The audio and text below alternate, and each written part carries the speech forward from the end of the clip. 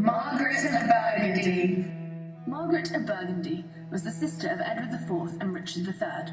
She was presented as an opponent of Henry VII, who was impossible to please and who supported all plots against the king.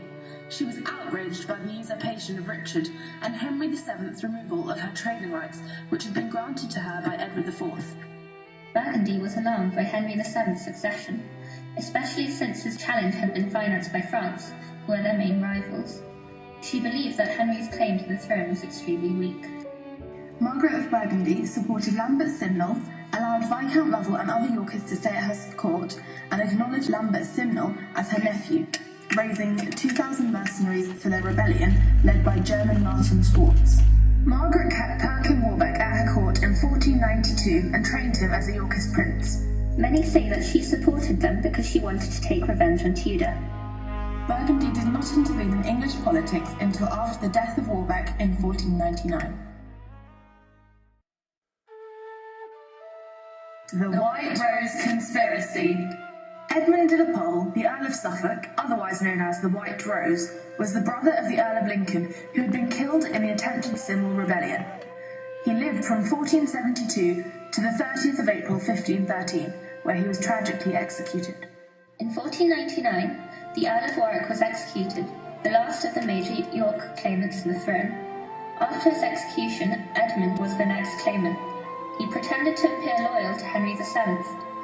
However, there was underlying tension as Henry refused to elevate him to the dukedom his father had held. In July 1499, Suffolk suddenly disappeared, only to reappear near Calais in France. Henry feared that he would lead an invasion backed by the French. Suffolk was persuaded by Henry to return to England, and he remained outwardly loyal until 1501. In 1501, Suffolk, along with brother Richard, fled to the court of the Holy Roman Emperor Maximilian. Supporters of the York family gathered around the Earl of Suffolk in Flanders in the knowledge that they were safe under the protection of Maximilian. Henry had to act. Not only was there an obvious threat to him developing in Flanders, he'd lost his eldest son, Arthur, to illness. Prince Henry was also a weak boy then, and his third son, Edmund, was already dead. Henry had to demonstrate that he was a strong and well-established king. Suffolk's relations who had remained in England were all arrested and imprisoned. In January 1504, 51 men were attainted, the largest number in one single action in Henry's reign. Sir James Tyrrell, a former constable of the Tower, was executed. He had been governor of Guienne when Suffolk had fled there, and this was enough to seal his fate. Henry had developed a very good spy system, and he had an informer in the Suffolk camp. One report back to Henry made it clear to the king that there was a very real campaign to replace him, hence his desire to crush the Suffolk family.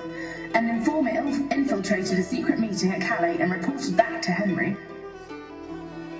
Some of the plotters spake of my Lord of Buckingham, saying that he was a nobleman and would be a royal ruler.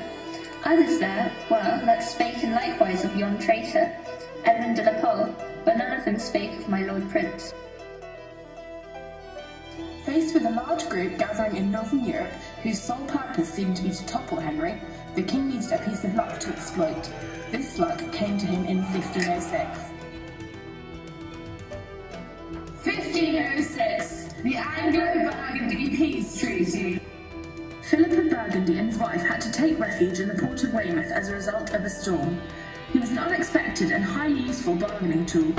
Burgundy was in the Holy Roman Empire, and the Duke would have been seen as a senior figure within the imperial hierarchy. Henry persuaded Burgundy to accept a deal in return for his release, surrender the Earl of Suffolk. Philip agreed to do this on the condition that Suffolk's life would be spared. Henry gave his word and kept it. Suffolk was imprisoned in the Tower of London, but Henry VII did not have him executed.